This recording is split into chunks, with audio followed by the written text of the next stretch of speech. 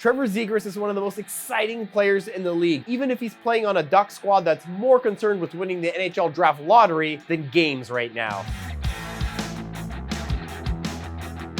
Today on the Sportsnet Power Ranking, we're talking about the very best in sophomore class. You know, if we've been putting this together 6 weeks ago, I think there'd be a lot of questions about the play of the reigning Calder Trophy winner, Moritz Seider. The big German just didn't look like the same player he was last year through the first 3 months of this season. Guess what? Since the calendar flipped to 2023, Seider has really turned it on, playing at basically a point per game click for the Detroit Red Wings. At 6'4", the right shot D-man still has every chance to anchor that Wings core for years to come. If he continues to produce the way he has of late, Seider has every chance of equaling that 50-point rookie season he put up last year. Good on him for enduring some early sophomore jinx and fighting through it. As it turns out, the guy who finished runner-up to Seider in the Calder race last year has really cranked it up lately too. Trevor Zegras is one of the most exciting players in the league, even if he's playing on a Duck squad that's more concerned with winning the NHL draft lottery than games right now. He still managed 20 points in his past 19 outings. Zegras is also not shy about sharing his opinion.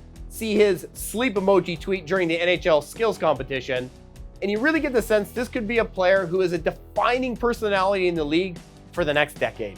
It's easy to forget the finalists for the Calder last year were Seider, who's 20 years old, Zegras was also 20 at the time, and old man Michael Bunting of the Toronto Maple Leafs, who was 26, just made the cutoff to qualify as a freshman last season. So of course, Bunting is a 27-year-old sophomore this year, and after leading all rookies with 63 points last season, he's on pace to equal the amount of goals he put up last year, 24, and could nudge up to that 60-point plateau again. The interesting sophomore story in Toronto, though, just might be the play of D-man Timothy Liljegren. The 23-year-old has spent much of the season next to fellow Swede Rasmus Sundin, and despite having an injury that forced him out of the first part of the season, Liljegren has settled in, providing Elise with about 18 dependable minutes a night under coach Sheldon Keefe. A couple second-year goalies are building off good rookie showings. One of them, Karel Vejmelka, is often the lone reason the Coyotes are in games at all. And the other one, Jeremy Swayman of the Boston Bruins, has really come on of late and showed his rookie season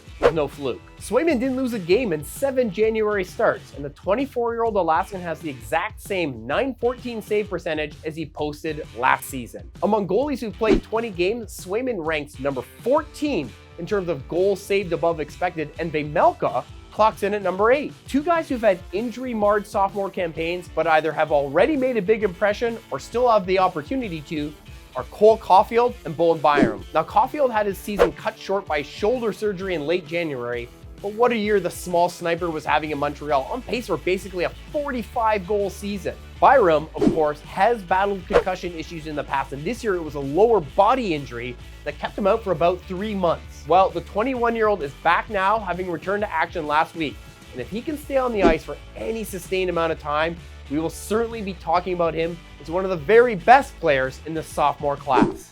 Now, let's get a look at the full ranking. A lot of things are going right for the New York Rangers these days, and one of them is the continued development of 6'3" right shot D-man Braden Schneider. Are things starting to click for Quinton Byfield? The second overall pick in the 2020 draft has 7 points in his past 11 games for the Los Angeles Kings.